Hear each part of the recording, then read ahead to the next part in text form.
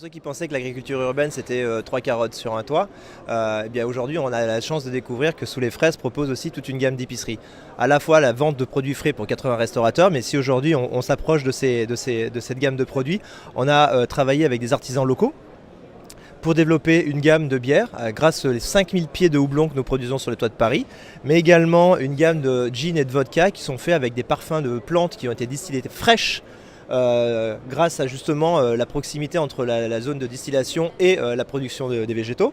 Et puis nous avons travaillé sur une dynamique qui vise quand même à compléter l'agriculture périurbaine avec l'agriculture urbaine, puisque nous avons ce petit sablé au romarin fait avec du blé d'Île-de-France, qui est absolument délicieux. Je le mangerai après parce que sinon je ne vais pas venir par discuter. Mais on a toujours aussi cette alliance association avec par exemple le miel, puisqu'évidemment nous avons des dizaines de ruches sur les toits de Paris, bien que nous avions aussi des centaines de milliers de fleurs.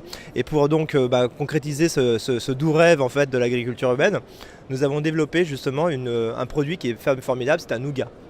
Un nougat qui est fait avec donc du miel du toit, mais également qui est fait avec des fraises, des framboises déshydratées qui sont mises à l'intérieur pour justement créer un goût unique à ce nougat qui est absolument délicieux. Je le goûterai aussi après, mais là pour le moment sinon je ne pourrais plus parler. Pour compléter la gamme de produits évidemment, nous avons développé toute une gamme en fait de produits d'épicerie. Et cette gamme de produits d'épicerie a introduit aussi tout un tas de références en termes de plantes aromatiques qui permettent d'être infusées, voilà, avec de l'eau froide ou de l'eau chaude. On peut les boire froide et chaude en fonction de la saison.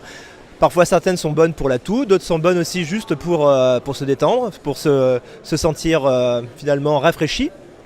Et c'est vrai que ce sont des produits qui sont assez rares et uniques. Ça c'est le biscuit romarin, j'ai du mal à parler, alors que je ne l'ai pas goûté. Mais voilà, l'idée de l'agriculture urbaine c'est ça aussi, c'est développer une gamme de produits qui est dans le centre commercial, qui est dans le lieu en fait où les produits sont vendus. Donc les produits sont produits sur le toit.